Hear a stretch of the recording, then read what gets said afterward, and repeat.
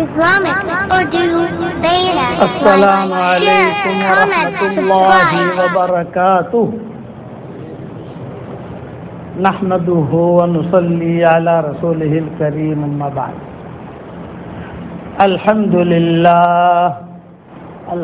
لله نحمده ونستعينه ونستغفره ونؤمن به ونتوكل عليه ونعوذ بالله من شرور أنفسنا ومن سيئات أعمالنا ونعوذ بالله من شرور أنفسنا ومن سيئات أعمالنا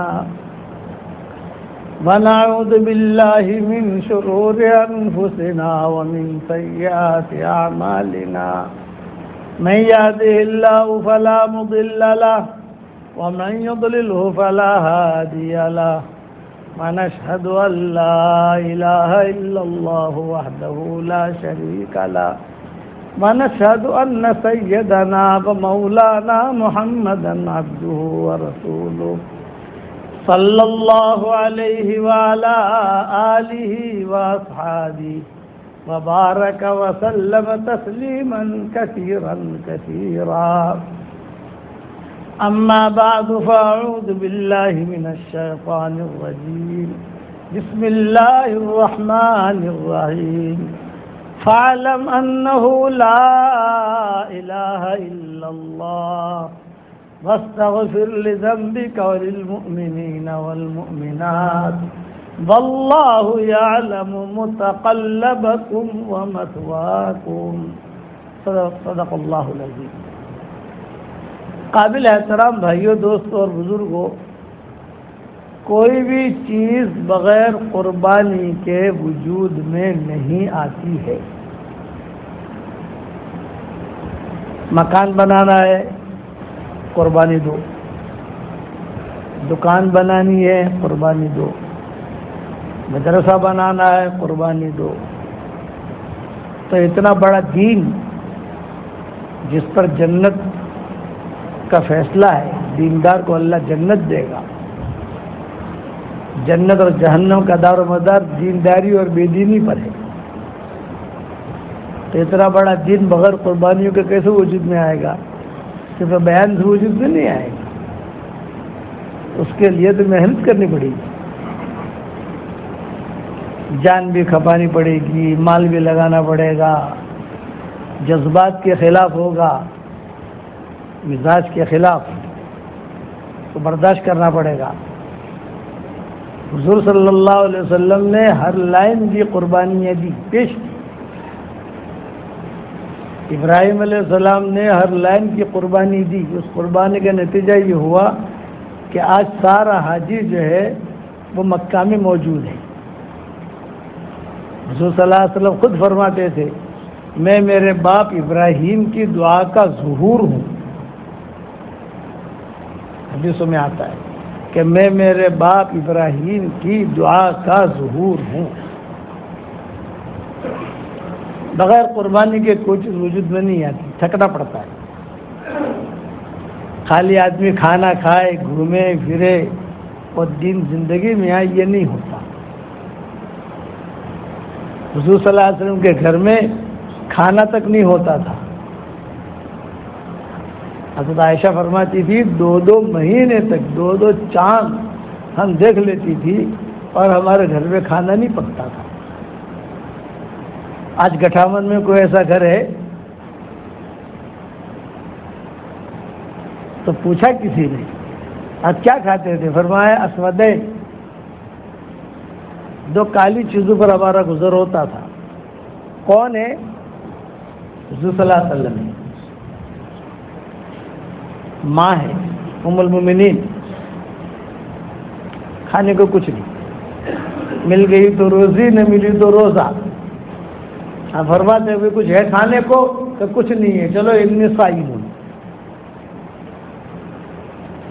اس لیے اپنے دین کے لیے کھپنا. تو کہا کا سودے، کھجور اور پانی، اس پر جو ہے ہمارا گزر ہوتا تھا. اتنی بھوک لگتی تھی حضور صلی اللہ علیہ وسلم کو کبھی کبھی کہ حضور صلی اللہ علیہ وسلم بے تاب ہو جاتے تھے. اور کبھی کبھی اپنے پیٹ پر پتھر باندھ دیتے تھے. حالانکہ اگر اللہ چاہتا تو جبریل علیہ السلام جب قرآن کی آیتیں لے کر آتے تو طائف کے انگور بھی لے کر آتے, شام کے زیتون بھی لے کر آتے, ہندوستان کے آم بھی پہنچا دیتے وہاں. یہ آم یہ تو نہیں ہے کہ ہمارے دور میں, وہ تو پرانے زمانے سے چلا آ رہا ہے. جب قرآن لے کر آتے ہیں وہاں سے تو یہ بھی کہتے کہ حضرت یہ آم بھی لے لو, حالانکہ پتہ ہے کہ فاقہ ہے. نہ حضور نے کبھی شکایت کی اور نہ کبھی جبریل نے پوچھا, یہ کہ حضور نے شکایت بھی نہیں کی اور حضور نے پوچھا بھی نہیں. بھی قرآن تو لائے ہوئے یار, جنت سے کچھ پھل فروٹ بھی لے آتے.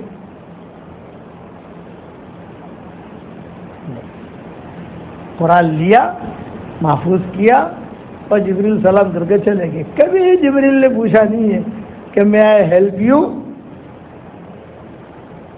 کچھ مدد کروں آپ کی, آپ فاقے سے. اور نہ اللہ نے پوچھوایا. حالانکہ اوپر سے آتے تھے, جنت کے سارے باغات ان کے سامنے, جنت پوری ان کے سامنے, لیکن کبھی اللہ نے نہیں کہا ارے جبریل مدینہ جا رہے ہو, وہ بھوکا ہے ہمارا نبی, کچھ کھجورے لے جاؤ, کچھ پھل لے جاؤ, کچھ کیلے لے جاؤ, کچھ یہ لے جاؤ, کچھ. تنے تنہا. ایک مرتبہ کا قصہ تھا, ایسا ہوا کہ دوپہر کے وقت میں حضور صلی اللہ علیہ وسلم مسجد نبوی میں آ گئے بغیر وقت کے. ایک تو نماز کا وقت ہوتا ہے تو آدمی نماز میں تو آتا ہی آتا ہے, لیکن کوئی 10 بجے آ جاوے, کوئی 11 بجے آ جاوے, پھر تو نماز کا وقت ہے نہیں, کیسے آ گئے. ابھی نبی آ گیا اچانک, بیٹھے تو تھوڑی دیر میں حضرت ابوبکر بھی آ گئے, تھوڑی دیر کے بعد حضرت عمر بھی آ گئے. اتفاق. آپ نے فرمایا من الذی اخرجکما, یہ جملہ کا من الذی اخرجکما, کہ تم دونوں کیوں آئے, کیا بات ہے. تو صدیق اکبر نے کہا کہ حضرت میں تو بھوک کی وجہ سے آیا ہوں, کھانا نہیں ہے گھر میں کچھ. حضرت عمر سے کہا کہ آپ, کہ میں بھی بھوک کی وجہ سے آیا ہوں. تو ان دونوں نے پوچھا کہ حضرت آپ, یہ کہا میں بھی بھوک کی وجہ سے آیا ہوں. تینوں بڑے ہیں اور تینوں ایک ساتھ سو رہے ہیں, آرام کر رہے ہیں. ایک نبی ہے, 2 صحابی ہیں, اور حال کیا ہے کہ تینوں کے تینوں بھوک کی وجہ سے نکلے. اب مشورہ کیا ابھی کیا کریں.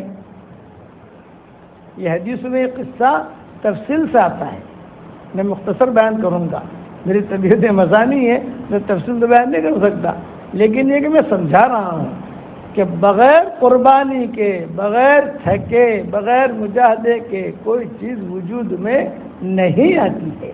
تو اتنا بڑا دین کیسے وجود میں آئے گا. کیا کریں, کیا کریں, کہاں جانے, کیا کریں. تینوں بڑے مشورہ کر رہے. کھانے کا مشورہ, کہ بھوک لگی ہے کیا کریں. تو حضور نے خود نے فرمایا بھائی میرا معمول تو یہ ہے کہ مجھے جب بھی بھوک لگتی ہے تو میں تو میرا پرانا میزبان ہے نا وہاں چلا جاتا ہوں. ابو ابن سعد یہ حضور کے میزبان تھے, شروع سے چلے آ رہے تھے وہ. اور ام ایوب جو ہے یہ کچھ نہ کچھ میرے لیے رکھ دیتی ہے, وہاں چلا جاتا ہوں. 2-3 صحابہ تھے جن کے یہاں حضور صلی اللہ علیہ وسلم بغیر پوچھے چلے جاتے تھے. بغیر پوچھے کا مطلب بلا جھجک, یہ نہیں کہ گھر میں داخل ہو گئے, یہ نہیں. ایک ابو ایوب اور ایک سعد ابن عبادہ. سعد ابن عبادہ بھی ایسے ہی تھے, بہت بڑے زمیندار تھے مدینہ منورہ کے. بہت بیگھا زمین تھی ان کی, پھیلی ہوئی, دائیں بائیں. بھئی کس کی زمین ہے؟ سعد ابن عبادہ کی. ارے یہ کس کی ہے؟ سعد ابن عبادہ کی. بھئی یہ کس کی ہے؟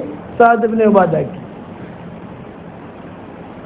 اور بہت بڑا دل تھا ان کا, سعد ابن عبادہ کا, بہت بڑا دل. انہوں نے اعلان کر رکھا تھا کوئی بھی بھوکا ہو میرے گھر پہ آ جاؤ. اور اس سے آگے کی بات، مکہ مکرمہ سے شام کوئی جاتا تو مدینہ سے گزر ہوتا تھا، تو بیچ میں کھجور کے درخت آتے تھے، تو کھجور کے درخت کے اوپر وہ سرید گرم گرم رکھ دیتے تھے، اور اعلان ہوتا تھا کہ کوئی مسافر ہندو ہو مسلمان ہو کوئی بھی ہو، بس اپنی اونٹنی پر بیٹھے بیٹھے گرم گرم سرید کھا لو، اور کھجوریں رکھیے جتنے اپنے جھولے میں بھرنی ہے بھر لو، اور ٹھنڈا ٹھنڈا پانی ہے وہ پانی پی لو، آپ کو اترنا نہیں ہے، کسی جگہ جانا نہیں ہے، کچھ بھی نہیں، اپنا پیٹ بھرو، کھاؤ، کھجوریں لے جاؤ، پانی لے جاؤ، اور اپنا سفر شروع کرو، اور خیال رکھنا واپسی میں بھی آپ کو ایسا ہی ملے گا۔ یہاں یہ سعد ابن عبادہ، جناتوں نے ان کو قتل کیا تھا، جناتوں نے ان کو مارا تھا شام میں۔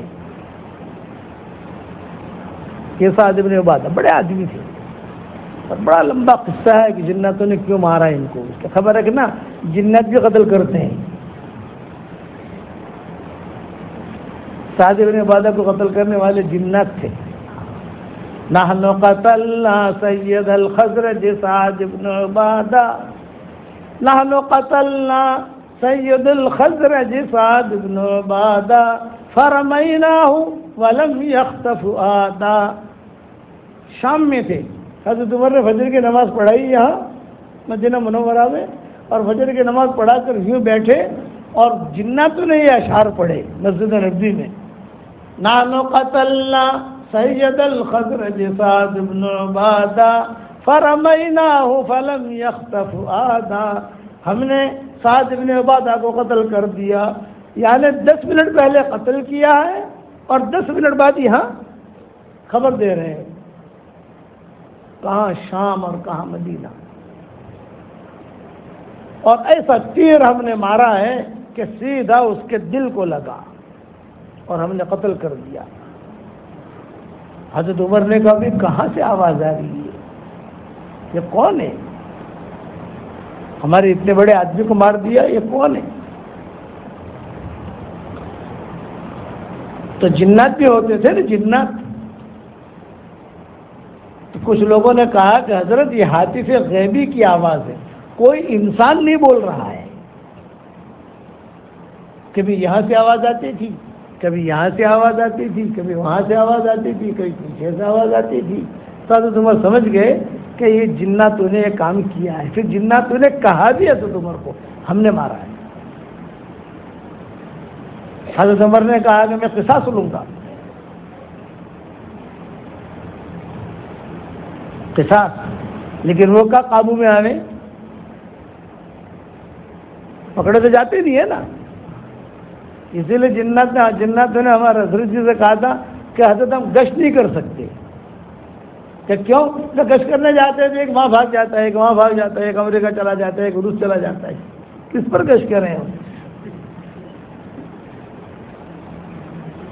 یہ سعد ابن عبادہ بڑے آدمی تھے، سید الخزرج سعد ابن عبادہ، نحن قتلنا سید الخزرج سعد ابن عبادہ فرمیناہ بسہم فلم یخطف آدا۔ حضرت عمر کہتے تھے کہ اگر میری چلتی، یعنی میں اپنے میرے قابو میں ہوتی، ان قاتل کا بھی میں قصاص لیتا، لیکن میرا قابو کی نہیں ہے۔ ان کے گھر چلے جاتے تھے، بڑے سخی تھے،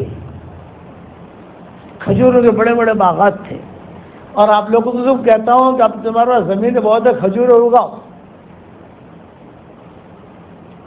تو برکت ہے، یہ قرآنی پھل ہے، جنتی پھل ہے، آئے گا 8 سال میں 10 سال میں، لیکن پھر جو ہے تمہاری بڑھیا کی بڑھیا کھائیں گی۔ مدینہ منورہ میں دیکھتے ہیں نا، وہ کہتے ہیں کہ حضرت 500 سال سے ہماری پیڑھی کھا رہی ہے۔ اسی لیے کھجور جو ہے نا، اس کے زمین کا بھاؤ الگ، کھجور کے درخت کا بھاؤ الگ، اور پھر اجوا کھجور کا باغ ہو تو اس کا بھاؤ الگ، امبر کا الگ، پھر اس کی گٹلی جو ہے اس کا ریٹ الگ، گٹلی بھی بکتی ہے وہاں۔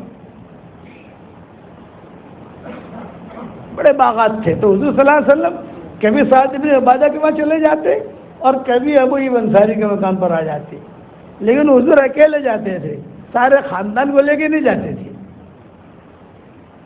اب یہ تو 3 ہو گئے، 3 ہے نا۔ آپ نے فرمایا بھی میں تو ابو ایوب انصاری کے مکان پر جاتا ہوں، لیکن یہ کب تم دونوں بھی ہو تو دونوں کو بھی چھوڑے بغیر کیسے جاؤ، چلو تم بھی چلو۔ تو ام ایوب جو تھی ان کا معمول تھا کہ وہ حضور صلی اللہ علیہ وسلم کے لیے روزانہ کچھ نہ کچھ بچا کے رکھتی تھی، لیکن ٹائم کے اندر کا مطلب ہے کہ 11 بجے تک تو حضور آ ہی جاتے ہیں۔ بھئی آج تو 12 بج گئے، 12:30 بج گئے، حضور نہیں آئیں گے، پھر وہ کھا جاتی تھی یا کھلا دیتی تھی۔ جانے میں دیر ہو گئی، اب وہ انصاری بھی انتظار میں رہتے تھے کہ شاید ابھی آوے، شاید ابھی آوے، حضور آئے ہی نہیں، وہ بھی باغ میں چلے گئے۔ اور ام ایوب نے بھی وہ جو کھانا رکھا تھا وہ ٹھکانے کر دیا۔ حضور صلی اللہ علیہ وسلم پہنچ گئے، السلام علیکم یا ابا ایوب۔ بیوی نے سنا، ارے حضور آئے، شوہر ہے نہیں، بچے بھی نہیں ہیں، بیٹے بھی نہیں ہیں، اور دیکھا تو اکیلے حضور نہیں ہے، 3 ہیں، 3 آدمی ہیں، ابوبکر بھی ہے، عمر بھی ہے۔ یہ حدیثوں میں قصہ آتا ہے، تفصیل آتا ہے۔ میں نے بیانات تو بہت کیے ہیں، اب کتنے بیانات کیے ہم بھی بھول گئے۔ ابھی دیکھو چکر آ رہے ہیں۔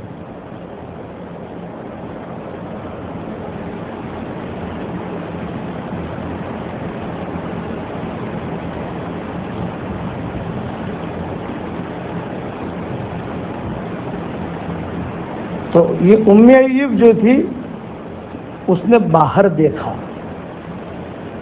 شوہر ہے کہ نہیں۔ ابو ایوب انصاری ایک دم پیچھے تھے اور حضور دروازے پر ہیں۔ یہ بیچاری اکیلی عورت ٹینشن میں آئے گی، کیا کروں میں؟ لیکن حضور نے اتنا زور سے سلام کیا، السلام علیک یا ابا ایوب، تو حضور کی آواز ابو ایوب تک پہنچ گئی۔ وہ خوشی ہو گئی، حضور آئے میرے گھر پر، حضور آئے۔ کہ بڑا آدمی کسی کے گھر پر جائے تو اس کے قدم کی برکت ہوتی ہے، اور حضور کے قدم کی برکت۔ اب یہ انصاری بھاگے آئے۔ اور ام ایوب جو تھی انہوں نے کہا اہلن سہلن اہلن سہلن، دروازہ کھولا اور دروازہ کھول کر پانی رکھ دیا، کھجوریں رکھ دی، اور کہا کہ حضرت آپ اسے کھائیے، آپ تینوں حضرات جو ہے وہ، اور میں جو ہے ابو ایوب کو بلاتی ہوں، ابو ایوب کو بلاتی ہوں۔ اتنا کہہ رہا تھا کہ ابو ایوب انصاری پہنچ گئے۔ اب 4 ہو گئے، حضور صلی اللہ علیہ وسلم، ابو بکر، عمر، ابو ایوب انصاری، اور بیوی جو ہے وہ گھر میں ہے۔ ابو ایوب انصاری کی بیٹیوں کا تذکرہ نہیں آتا، بیٹوں کا تذکرہ آتا ہے، ان کے بیٹے تھے، بیٹیاں بھی ہوں گی لیکن میری نظر سے گزرا نہیں ہے۔ تو ابو ایوب انصاری نے کہا کہ حضرت آپ کے لیے کھانا ہم نے تیار رکھا تھا، اور ہم دیکھتے رہے، اس وقت میں گھڑیاں تو ہوتی نہیں تھی، سورج کی چال کو دیکھتے تھے، سورج دیکھتے رہے کہ اتنا چلا، اب نہیں آئیں گے، ہم کھا گئے کھانا۔ آپ نے فرمایا کوئی بات نہیں، فرمایا حضرت آپ پہلے تو کھجور کھا لیجئے، اور میں آپ کے لیے جلدی سے گوشت تیار کرتا ہوں۔ عربوں کے یہاں بہترین غذا، میں تھوڑا پاؤں لمبا کر لوں، عربوں کے یہاں بہترین غذا جو ہوتی ہے وہ گوشت کی ہوتی ہے، بکری کا گوشت، پاڑا نہیں۔ آپ کیا پاڑا چلتا ہے نا، وہاں پاڑا نہیں چلتا، پاڑو کیا نا، پاڑا نہیں، وہاں بکرا اچھا بکرا کاٹتے ہیں۔ تو روایت میں یہ حضور کو تو بٹھا دیا، کھانا بھی رکھ دیا اور پانی کا پیالہ بھی رکھ دیا، سیدھا سادہ مکان۔ اور ابو ایوب انصاری جو ہے یہ فوراً گئے اپنے پیچھے واڑے میں، واڑا ہوتا ہے نا، وہاں جا کر بکرا ذبح کیا، اچھا بکرا. ابھی گوشت لائے تو حضور صلی اللہ علیہ وسلم کو بکرے کا بعض جگہ کا گوشت بہت پسند تھا. یعنی کبھی کوئی بکرا کٹتا تو کہتے ہیں کہ وہ گوشت مجھے کھلانا، وہ گوشت مجھے دینا، وہ گوشت مجھے دینا. پک کر آیا تو اب یہ انصاری نے یہ کہا اپنی بیوی سے کہ دیکھ بھئی یہ گوشت لایا ہوں میں، تو تو اس کو پکا اور ذرا اچھی سی گرم روٹی بھی بنا. اور آ کر بیٹھ گئے حضور صلی اللہ علیہ وسلم کے پاس. کھانا آ گیا. دیکھو مدینہ منورہ میں کھجوریں بہت قسم کی ہوتی ہیں، اجوا ہے، امبر ہے، کلمی ہے، یہ سارے. اب وہ یہ انصاری کے باغات تھے تو انہوں نے جو ساری کھجوریں حضور کے سامنے رکھی، گوشت بھی رکھا، روٹی بھی رکھی. حضور صلی اللہ علیہ وسلم نے سب سے پہلے کھایا نہیں. کھانے سے پہلے حضور نے کہا بھائی یہ 2 روٹیاں لاؤ، 2 روٹیاں لی اور بیچ میں گوشت کا ٹکڑا رکھا اور کہا بھائی میری بیٹی کے گھر دے آؤ، وہ بھی بھوکی ہے. یہ قربانی. پھر میری بیٹی کے گھر دے آؤ فاطمہ کے، وہ بھی بھوکی ہے. یہ نبی کو حق ہے، آپ کو اور ہمیں حق نہیں ہے کسی کے گھر جاویں ہم اور جو وہ بھرے اور کہو جو ہمارا گھر آلتا ہے پلا آلتا ہے. وہ نبی کا معاملہ تھا اور وہ ان کا. ہاں اگر اس زمانے میں ایسا میزبان ہے کہ جو برا نہ لگا رہے، بات بول تو میزبان ہوتے ہیں کیا ہم اور شکوا ہوتے اس کو، وہ بات الگ ہے. وہاں بھیجا اور کھانے کے لیے بیٹھے تو حضور صلی اللہ علیہ وسلم نے کہا عمر، ابو بکر، ابو ایوب، حشر کا میدان میں پوچھا جائے گا کھجور، گوشت اور کھجور میں بھی رطب کھجوری بھی ہوتی ہے. رطب آج کل رطب بہت آ رہی ہے مدینہ منورہ میں. یہ رطب کا زمانہ ہے، جولائی کا جو مہینہ ہے رطب کا ہے. رطب اور یہ اجوا اور یہ کھجور اور پھر گرم گرم روٹی اور اس کے ساتھ پھر گوشت. حشر کا میدان میں پوچھا جائے گا. تو حضرت عمر نے کہا کہ حضرت اتنے بھوکے تھے ہم اور یہ آج کیا پوچھا جائے گا. آپ نے فرمایا ہاں یہی تو نعمت ہے. تو حضرت عمر جو ہے وہ رو دیے، بہت روئے. یہ کیوں رو رہے ہیں؟ یہ فرمایا کہ حضرت اتنی قربانی دی ہم نے اور آج بہت دنوں کے بعد یہ کھانا ملا ہے. روزانہ بکرے نہیں کٹتے تھے، روزانہ جو ہے کھانا نہیں پکتا تھا. آج ہمارے یہاں کوئی ہے ایسا گھر کہ 2 مہینے تک چولہا بھی نہ جلے؟ کوئی ہے؟ مجھے بتاؤ. غریب ہوگا تو بھی نہیں ہوگا. تو داڑا میں اٹھواڑے میں ہوگا تو گوشت کھاتا ہو شیر ہوئے چاہے بھی تھی آگے. یہ قربانی. اس پر حضور صلی اللہ علیہ وسلم نے فرمایا دیکھو میں تمہیں ایک دعا سکھاتا ہوں. یہ ان لوگوں کو بتا رہے ہیں، بڑوں کو بتا رہے ہیں. حساب تو ہوگا لیکن حساب کتاب معاف کرانا ہے تو میں ایک دعا بتاتا ہوں کہ جب کھانے بیٹھو تو بسم اللہ الرحمن الرحیم پڑھو. کیا آپ نے فرمایا؟ بسم اللہ الرحمن الرحیم پڑھو اور جب کھانا کھا چکو تو یہ دعا پڑھ لو. یہ دعا پڑھنے سے اس کھانے کا حساب کتاب نہیں ہوگا. یہ آپ نے اس وقت پر یہ حدیث بیان کی. پڑھو میرے ساتھ. الحمدللہ الذی هو اشبعنا واروانا وانعم علینا وافضل. کھانے کے بعد اگر یہ کوئی آدمی یہ دعا پڑھ لے اس کھانے کا حساب کتاب نہیں ہوگا. یہ اس جگہ حضور صلی اللہ علیہ وسلم نے یہ حدیث بیان کی.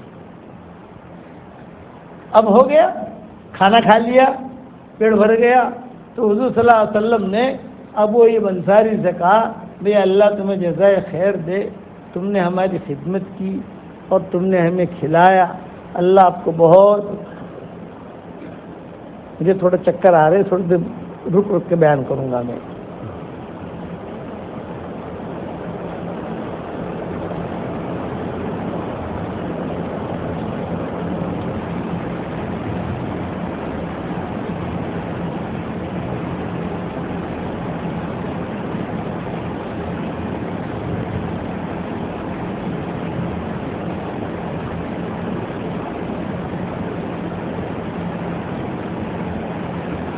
پھر حضور صلی اللہ علیہ وسلم نے ابو ایوب انصاری سے کہا بھائی کل میرے پاس آ جانا، بلایا، تم نے ہماری خدمت کی، کل آنا میرے پاس۔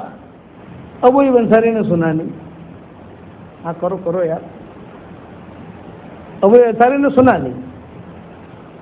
تو حضرت عمر نے کہا او بھائی سنا سنا حضور نے کیا کہا تم کو؟ کہا میں نے نہیں سنا۔ تو یہ کہا کل آ جانا۔ ابو ایوب انصاری کہتے ہیں حضور نے مجھے کل بلایا، میں تو ٹینشن میں آ گیا، پوری رات نیند نہیں آئی، پتہ نہیں حضور نے کیوں بلایا مجھ کو۔ فکر پڑ جاتی ہے نا حضور کیوں بلا رہے، بھائی اتنے بڑا آدمی مجھے کیوں بلا رہا ہے۔ ابو ایوب انصاری کہتے دیکھو پوری رات میں سویا نہیں، گھر والے بھی نہیں سوئے بھی، کیوں؟ پتہ نہیں حضور صلی اللہ علیہ وسلم کیا کہیں گے۔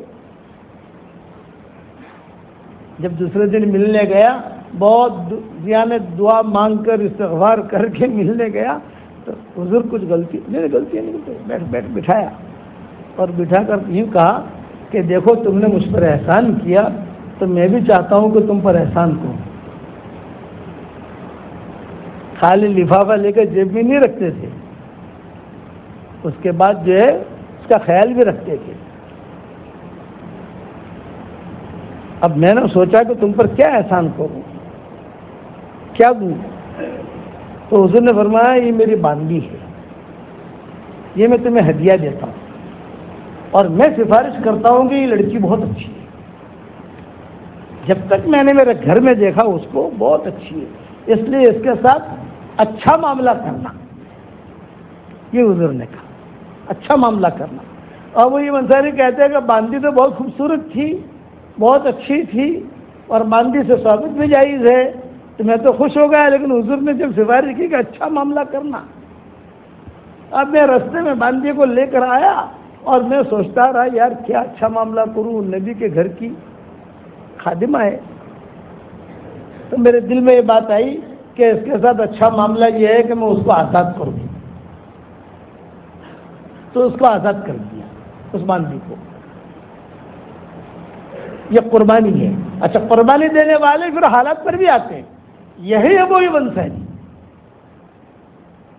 آخر میں مرنے والوں میں ہے، ان پر جو ہے حضور کے انتقال کے بعد حالات آئے، حالانکہ یہی آدمی میزبان ہے مدینہ منورہ میں، حضور صلی اللہ علیہ وسلم کئی دن تک رہے ان کے پاس، حضور کی بیٹیاں بھی تھی مدینہ میں، تو بیٹیاں کھانا پکا کے بھیجتی تھی۔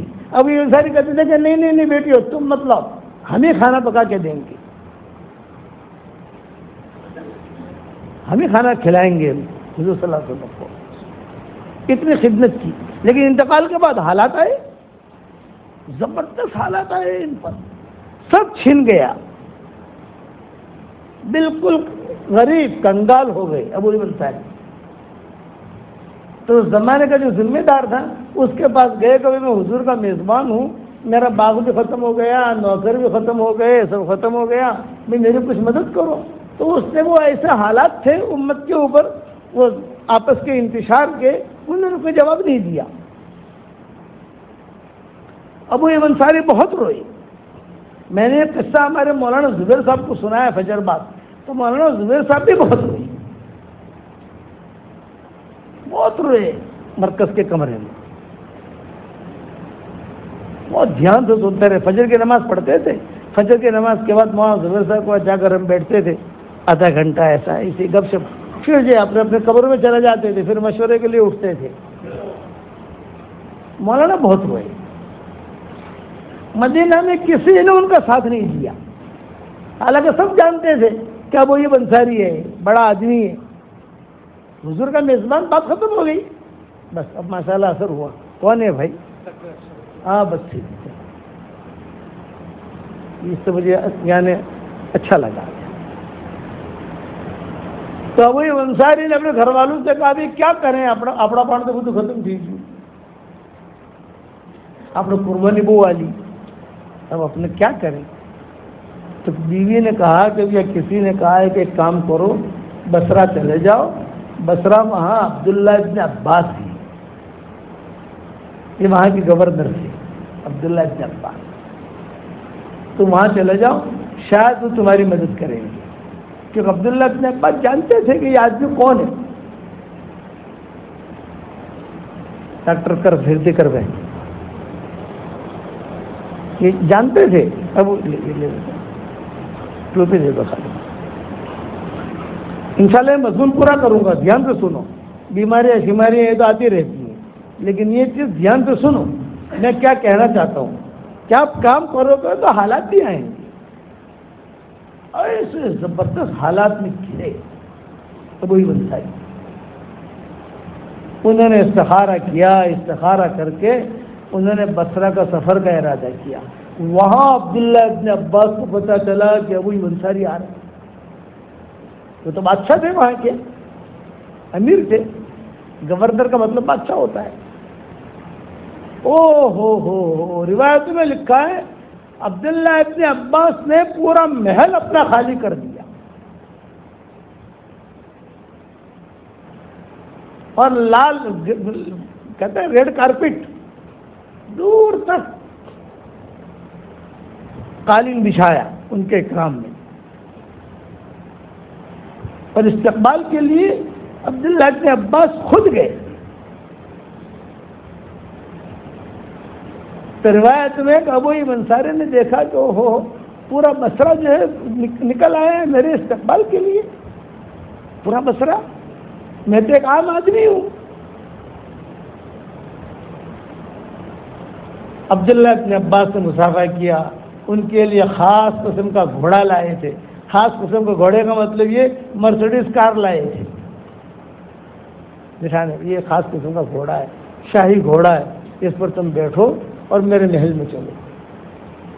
ٹھاٹ کے ساتھ لے گئے اور ابو ایوب انصاری سے کہا کہ آپ بالکل فکر مت کرو, آپ یہاں رہو. پورا محل میں نے خالی کر دیا ہے. نوکر چاکر غلام باندیاں سب آپ کی خدمت میں ہے, اور آپ کیوں آئے ہو یہ بعد میں پوچھوں گا. اور عبداللہ ابن عباس ایک عام مکان میں چلے گئے. جب بات سنا رہا تھا تو مولانا زبیر صاحب بہت رو رہے تھے. تو ابو ایوب انصاری نے کہا کہ بھائی عبداللہ ابن عباس اتنا میرے لیے ضرورت نہیں ہے. بھائی تم تو بادشاہ ہو, امیر ہو یہاں کے, تو تمہارے لیے تو محل کی ضرورت ہے. لوگ آتے ہیں, ملنے والے آتے کرتے. تم یہ کام کرو, مجھے تو تم بٹھا ایک کمرہ دے دو چھوٹا سا. تو عبداللہ ابن عباس نے کہا کہ ہرگز نہیں, اگر میں تمہارا اکرام نہیں کروں گا تو حشر کے میدان میں حضور صلی اللہ علیہ وسلم کو کیا جواب دوں گا کہ میرے میزبان تو نے اتنا بھی اکرام نہیں کیا جبکہ اللہ نے تجھے دیا تھا. تو عبداللہ ابن عباس بھی روئے اور ابو ایوب انصاری بھی روئے. ٹھہرائے محل میں, اور صبح شام عبداللہ ابن عباس خود آتے تھے ابو ایوب انصاری کے پاس, خود آتے تھے. پھر پوچھا کیوں آئے ہو بتاؤ. اور میں بھی مجھے کوئی کام نہیں ہے, میری زمین ہے, مجھے نوکروں کی ضرورت ہے, اور کچھ دینار مجھے مل جاوے تو جو ہے نوکر ہو غلام ہو تو وہ کام کرے گا زمین میں, اور کچھ پیسے ہو تو میں تھوڑا دانے مانے ڈال کر اپنا کام گزر. تو کتنے چاہیے؟ انہوں نے کہا اتنے. عبداللہ ابن عباس نے اپنا جو وہ خزانچی تھا اس کو بلایا اور بلا کر کہا جتنا مانگ رہے ہیں اس سے ڈبل دے دو, اور جتنے غلام مانگ رہے ہیں اس سے ڈبل دے دو. یہ لے کر پہنچے مدینہ منورہ. اس مال سے پھر اللہ نے ان کو مال دیا, پھر مالدار ہو گئے ابو ایوب انصاری. تو صحابہ دیکھتے تھے کہ یہ قربانی دینے والا آدمی, میرے والد صاحب رحمۃ اللہ علیہ فرماتے تھے کہ قربانی دو گے تو کبھی اللہ مال بہت بڑھائے گا اور کبھی اللہ مال لے لے گا, اور دونوں ہی امتحان ہیں. یہ دونوں امتحان ہیں. جب مال دیا اللہ تعالیٰ نے ابو ایوب انصاری کو, پھر ابو ایوب انصاری نے یہ کہا کہ بس اب میں جو ہے نا گھر میں نہیں رہوں گا, اب میں اللہ کے راستے میں جاؤں گا. چنانچہ مدینہ منورہ سے نکلے, راستے میں طبیعت ان کی خراب ہوئی تو انہوں نے یہ کہا کہ بھائی دیکھو مجھے مدینہ میں مرنے کا شوق ہے, بقی میں دفن ہونے کا شوق ہے, لیکن میں اللہ کے راستے میں جا رہا ہوں. جہاں میرا انتقال ہو جائے مجھے واپس مت لے جانا, جہاں تمہارا قافلہ پہنچے وہاں مجھے لے جانا اور تمہارے قدموں میں مجھے دفن کرنا. یہ ان کی وصیت تھی. اتفاق ایسا ہوا کہ قافلہ روانہ ہوا تھا, ابھی مدینہ سے دور نہیں ہوئے تھے. مجھے خیبر تک پہنچے, معلّہ تک پہنچے, ابھی ترکی سے جو بہت دور ہے. انتقال ہو گیا ان کا. جب انتقال ہو گیا تو لاش جو ہے وہ رکھی اور یہ سوچا کہ واپس مدینہ لے جائیں ان کو. تو اونٹنی چلتی ہی نہیں تھی مدینہ کی طرف,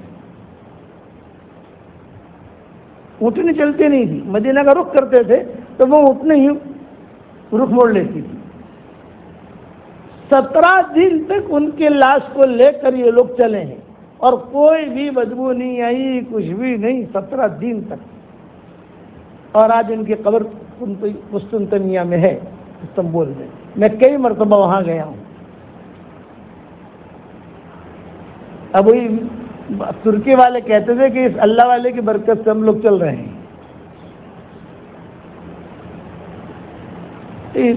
ابوی انصاری کا قصہ میں نے جو سنایا وہ اس وجہ سے سنایا کہ قربانی دینی پڑتی ہے. حضور صلی اللہ علیہ وسلم نے بھی قربانی دی, اس لیے اپنے دین کے لیے کھپنا پڑے گا, بغیر کھپے نہیں ہوگا. اور اللہ کے لیے کھپو تو اللہ کا وعدہ ہے اِنَّا لَا نُضِيعُ أَجْرَ الْمُصْلِحِينَ. ہم جو ہے کوئی کام کریں اور ضائع کریں, یہ نہیں ہوگا. وَالَّذِينَ جَاهَدُوا فِينَا لَنَهْدِيَنَّهُمْ سُبُلَنَا. جو ہمارے بارے میں قربانی دے گا ہم اس کو ضرور دیں گے, بہت دیں گے. یعنی اتفاق دیکھو, ایک مرتبہ ایسی بھوک لگی تو حضور نے خود نے کہا کہ آج تو مجھے کسی جگہ جانا نہیں ہے, آج تو بیٹی کیا چلا جاتا ہوں. نبی فاطمہ کے گھر آ گیا, تو فاطمہ کے گھر عمران ابن حسین ساتھ تھے, حضرت عمران ابن حسین. کون؟ تو آپ نے فرمایا السلام علیکم یا فاطمہ. او ابو آئے, ابو ابو ابو ابو.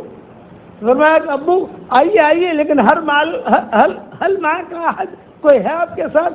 تو آپ نے فرمایا ہاں میرے ساتھ عمران ابن حسین ہے. ابو میں اوڑھنی ٹھیک کر لوں, کپڑے ٹھیک کر لوں. چنانچہ عمران ابن حسین اور حضور صلی اللہ علیہ وسلم داخل ہوئے تو فرمایا کہ عمران ابن حسین وہ آدمی ہے, یہ بیمار 33 سال سے کے بیمار رہے.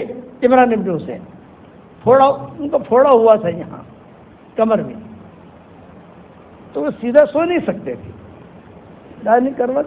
33 سال, 33 سال کا عرصہ معمولی نہیں ہوتا. اور روزانہ اللہ کی طرف سے صبح شام سلام آتا تھا. پھر ان کی طبیعت ٹھیک ہو گئی عمران ابن حسین کی, تو بیٹھے ہوئے رو رہے تھے. تو پوچھا کہ بھائی کیوں رو رہے ہو, کیا بات ہے؟ بیوی نے کہا یہ کہا وہ دن میرے لیے اچھے تھے, روزانہ اللہ کا سلام آتا تھا. یہ پھوڑا تو ٹھیک ہو گیا لیکن اللہ کا سلام آنا بند ہو گیا. یہ عمران ابن حسین یہ حضور کے ساتھ تھے. حضرت فاطمہ نے کیا کہا؟ حضرت ابو میرے پاس کھانے کو کچھ نہیں ہے, علی بھی بھوکا ہے, حسن بھی بھوکا ہے, حسین بھی بھوکا ہے, کچھ نہیں. جنت کی عورتوں کے سردار اور حال یہ ہے. تو حضور نے فرمایا اچھا ٹھیک ہے چلو, واپس ہو گئے. ابھی دروازے تک مسجد نبی میں پہنچے بھی نہیں تھے کہ کہیں سے 2 روٹی آ گئی, اس میں بیچ میں گوشت. تو باندھی کو بھیجا تو فاطمہ نے ارے بھیجا ابو کو بلا لو, ابو کو بلا لو, مدد آ گئی, مدد آ گئی, مدد آ گئی. حضور تشریف لائے. فرمایا کیوں بلایا بیٹا؟ یہ کہا ابو دیکھو 2 روٹیاں آئی ہیں اور تھوڑا سا گوشت بھی ہے, آپ اس طرف منہ کر کے بیٹھ کے کھا لو, ہماری طرف منہ مت کرنا, ورنہ حسن بھی مانگے گا, حسین بھی مانگے گا, میرے بھی دل میں آئے گی کہ میں بھی کچھ کھاؤں. یہ نبی. تو حضور نے پوچھا کہ کہاں سے آیا؟ دھیان سے سننے کا ڈمان والوں, بہت دنوں کے بعد یہ مضمون, حالانکہ سر درد ہو رہا ہے لیکن اس کی برکت سے مضمون بھی اتر رہا ہے. کہاں سے آیا؟ تو حضرت فاطمہ نے کہا ہوا من عند اللہ. اتنا جملہ کہا, ہوا من عند اللہ.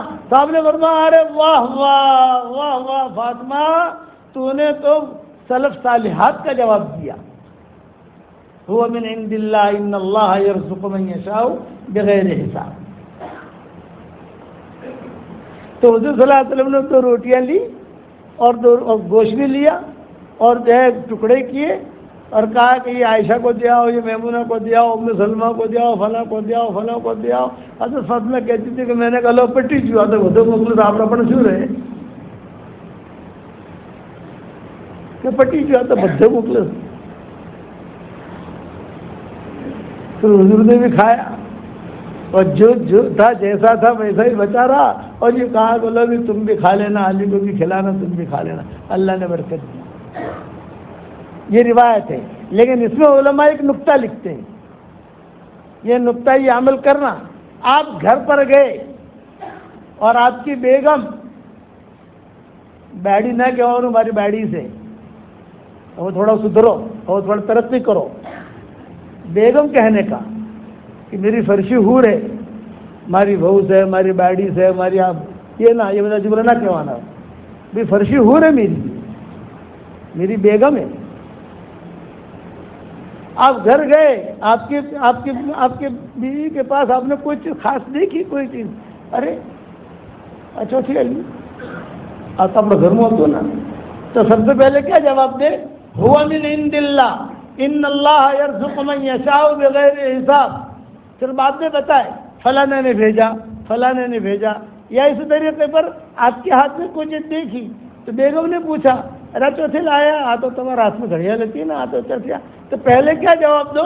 ہوا من عند اللہ ان اللہ یرزق من یشاء بغیر حساب. اس کے بعد اس کے بتاؤ فلاں نے مجھے ہدیہ دیا یا فلاں جگہ بک رہا تھا، سستا دکھا تو میں نے لے لیا. تو علماء نے لکھا ہے اگر یہ عادت ڈالیں گے ہوا من عند اللہ ان اللہ یرزق من یشاء بغیر حساب کہنے کی، تو ان کی قیامت تک کے آنے والی نسلوں میں فاقہ نہیں آئے گا. یہ اتنا زبردست عمل ہے. حالانکہ سر میں چکر آ رہے تھے لیکن اللہ نے مضمون کہلوایا. بہت دنوں سالوں کے بعد یہ مضمون بیان کر رہا ہوں. یہ عادت ڈالو گھر کے اندر، سمجھ گئے نا آپ؟ بیڑی جو جملوں میں کیا مانت نا، میری بیگم ہے، میری فرشی حور ہے، میری بیوی ہے. جو ہمارا پرانا رواج چلتا ہے نا اسے چھوڑو، اقرا عزت دو. مجھے لوگ پوچھتے ہیں بھی ہمارا تو دنیا بھر میں سبق چلتا ہے نا کہ سمن بھی تو آ ہی جاتا ہوگا، پہنچ جاتا ہوگا. تو لوگ پوچھتے ہیں کہ مول صاحب میری بیوی جو ہے نا بہت ضدی ہے، بہت لڑائی کرتی ہے اور بہت گھر میں ٹینشن ہی رہتا ہے، تو مولانا کوئی وظیفہ بتاؤ نا تو محبت کرے. میں نے کہا کہ ایک وظیفہ بتاؤں گا تو عمل کرے گا؟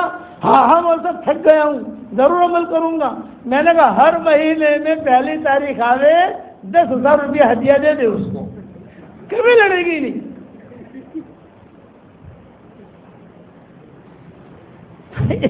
ایک مولوی صاحب سے بیچارے پڑھا رہے تھے، ارے مولوی صاحب ہماری تنخواہ 8,000 روپیہ سے.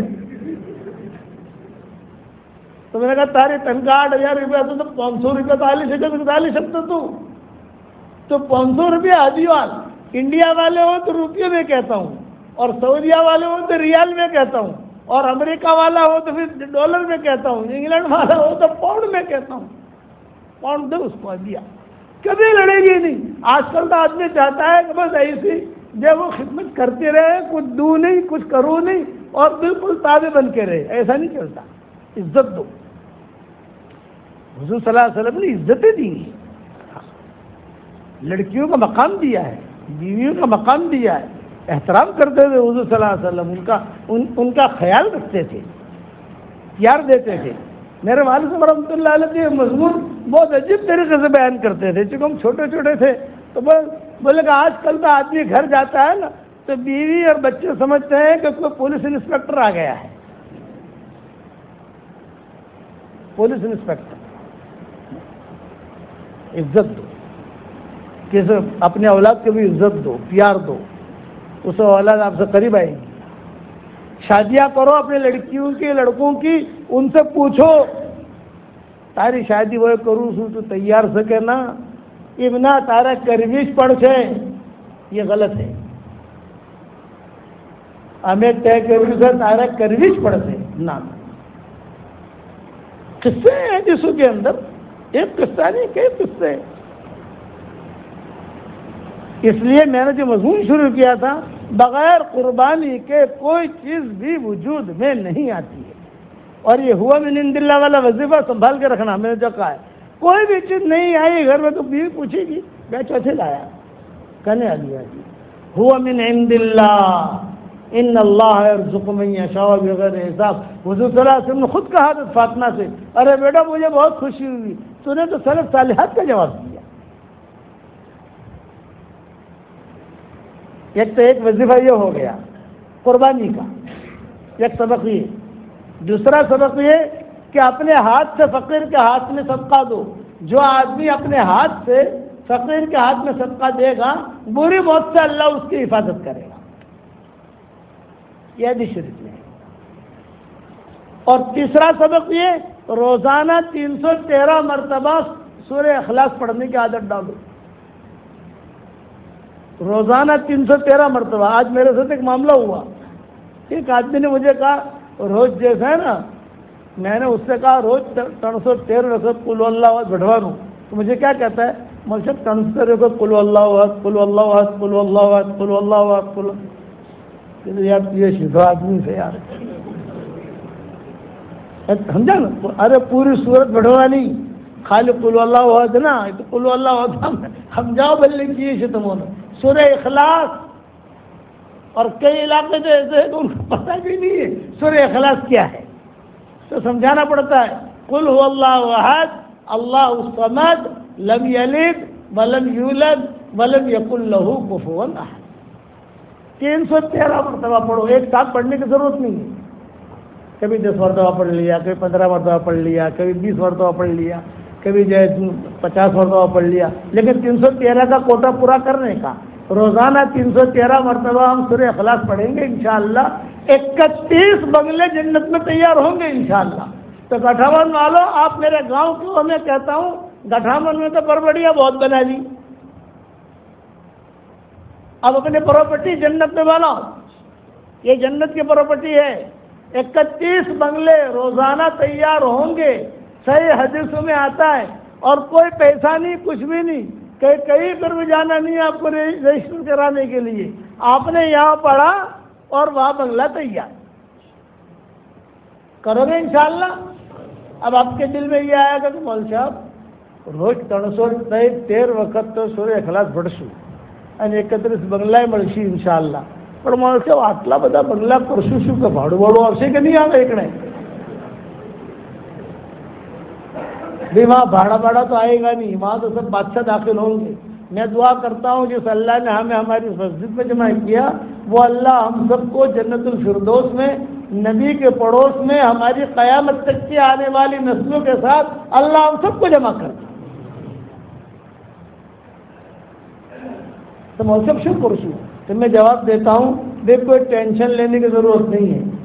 جب انشاءاللہ ہم جنت میں جائیں گے نا وہاں جا کر مشورہ کر لیں گے کیا کرنا ہے. اور استغفار بہت کرو. اٹھتے بیٹھتے معاف کر دے معاف کر دے معاف کر دے.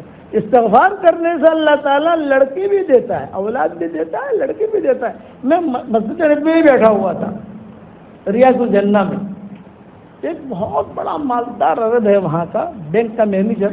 وہ آیا اور اس نے دیکھا کہ شیخ یونس بیٹھے ہوئے ہیں.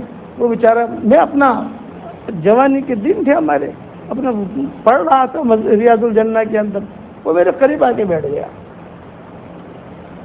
میں نے جو سلام پھیرا تو دیکھا ارے یہ فلاں آدمی بیٹھا ہے میرے قریب میں.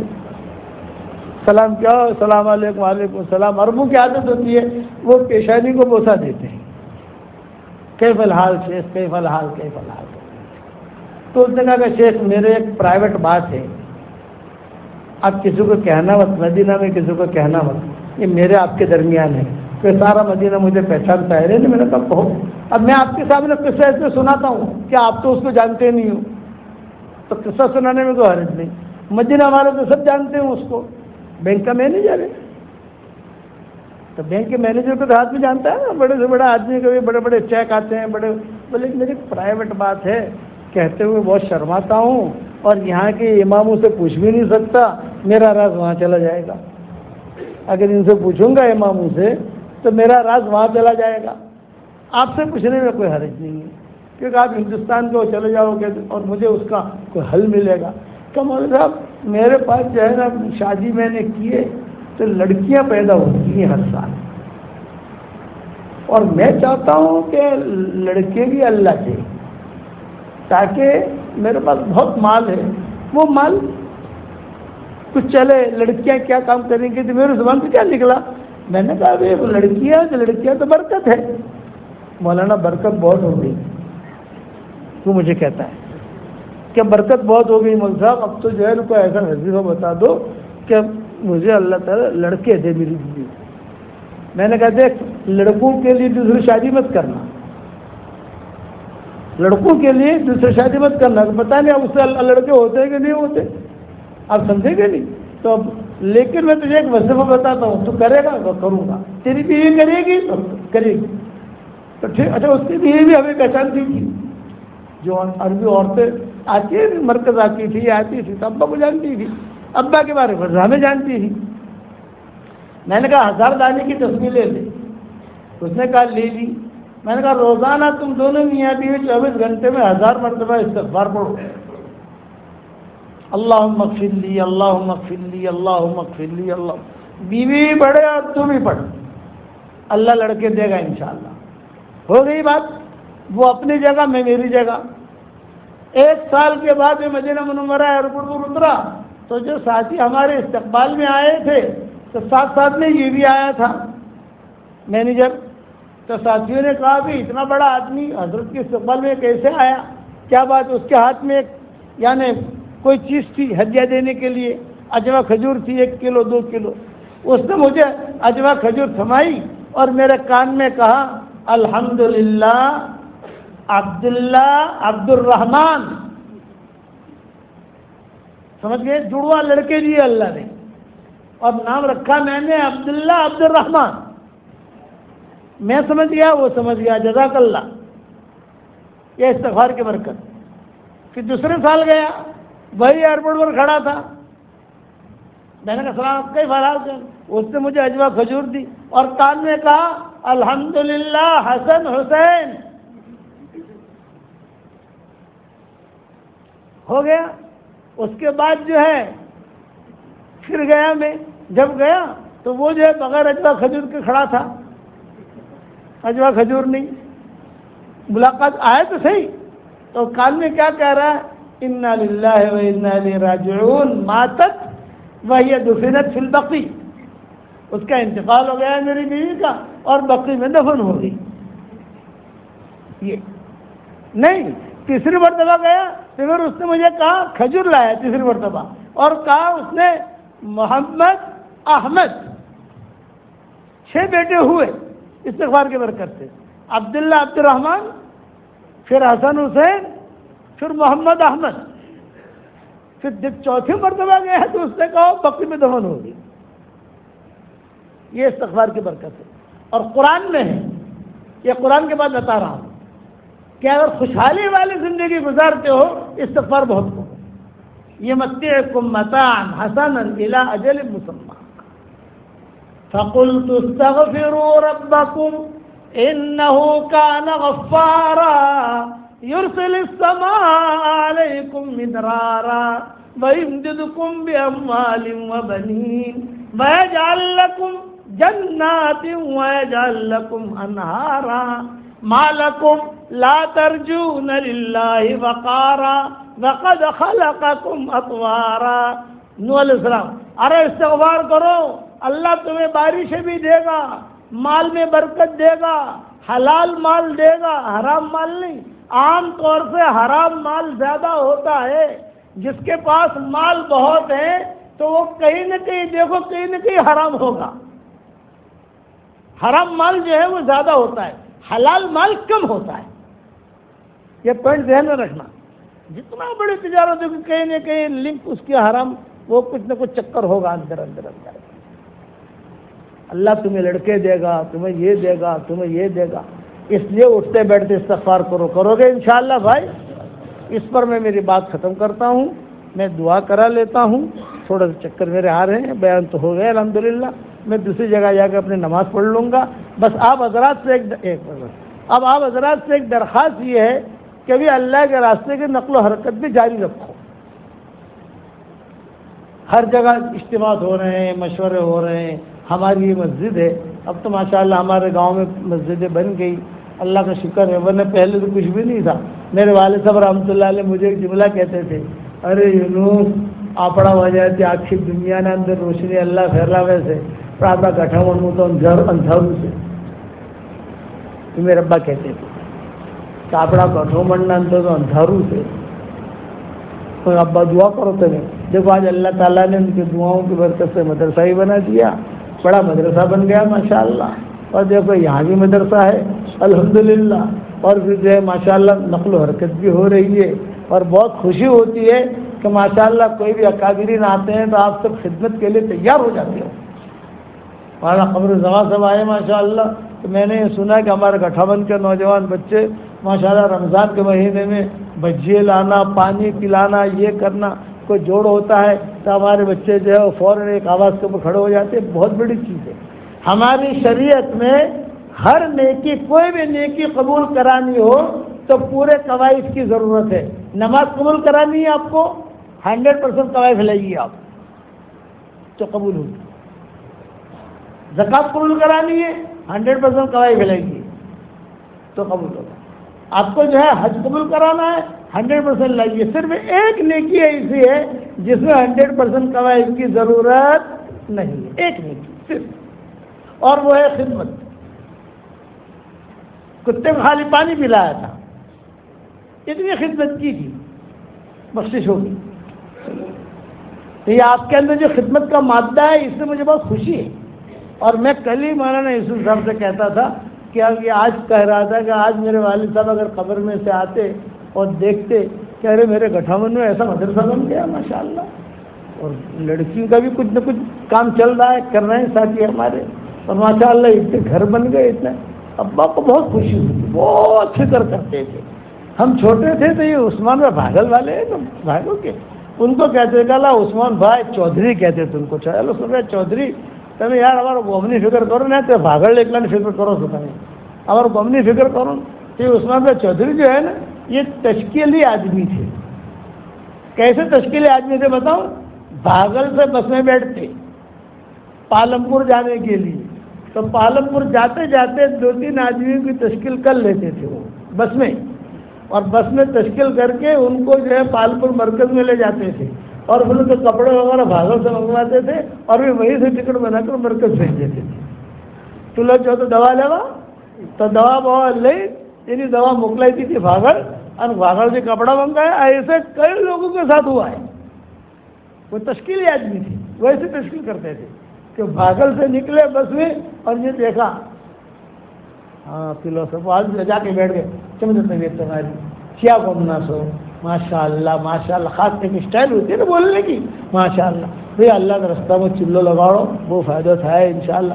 بھائی مجھے دوا لیوا جو کوئی ہوتا نا پھر آپ نے تمہیں دوا بھی لگا رہا ماری مانی دوا اب کوئی ہوتا نا تمہیں دوا پکاڑی ہے تو یہ فکر مت کرو تمہیں وہ پیشہ لینے تھا تمہیں تشکیل یہ تو پیشوں نے بدو تھی جائے હું તમારો પૈસા આલી દઉં તમારા છોકરા પણ લઈ લો. یعنی کوئی بھی چیز وہ کہے ان کے پاس جواب ہوتا تھا. کوئی ایڑا ٹڑا ہوتا بیچارہ ارے مول صاحب وہ تو ناپاک سو تو کون ہوتا پاک کری دے ہو تم ایسے کس سے ہوئے عثمان بھائی کے ساتھ. وہ لنگی لے کے چلتے تھے 2 لنگیاں ساتھ میں. عثمان بھائی آپ اے لنگی ہو تمہیں خبر نہ پڑے. ان کی کس سے مرتب ہوئے. اجتماع میں جاوے نا ہم تو کیا کہے بھائی پھیکی چلانا پھیکی. یہ عثمان بھائی پھیکی چلانا پھیکی ٹھیک ہے وہ بیچارہ پھیکی لاتا. پھر شکر لانا شکر لاتا پھر شکر ڈالتے پھر پیتے. وہ میں کہتے عثمان بھائی تمہیں پھیکی چا منگائی અને હાકર તમે ખોશો તમે મોલ સાહેબ તમને ખબર ના પડે શું ખબર તમને તો સમજાવો તો ખરા આવું ચમ કરો છો કે મોલ સાહેબ મેઠી ચા જે છે ને ઇજ્તિમાઈ બળે છે એ તિહારી નથી બળતી.